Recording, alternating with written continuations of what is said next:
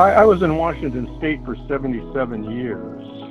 Moved to Camden, Wyoming, Delaware, 2,800 miles. I thought about building a pole building, and I got plans, and I had a real nice lady was helping me with it. And somehow I bumped into the concept of the Quonset hut, and I like the looks of the Quonset hut more than the pole building. Pole buildings are nice, but they look like a pole building. Quonset hut is, to me, unique and attractive. And I thought, I'm going to take the risk. I'm going to build a Quonset hut. Everybody that comes around, I love it. Oh my God, what is that? Where did you get that? So it's a pretty amazing thing. It is easy if you've worked with an erector set. My 12-year-old grandson could build this building. I didn't want it to just look like a barn. It is vinyl board and bat. My siding on the house is vinyl horizontal, so they're not the same, and the colors aren't the same.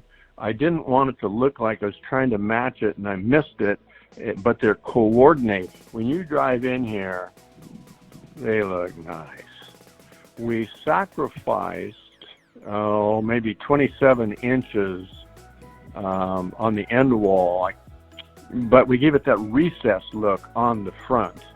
On the back, the only people can see it are the foxes, the deer, and the farmers, and so it goes clear out to the edge, the end wall. Overall, I sense that SteelMaster would be a good place to check out.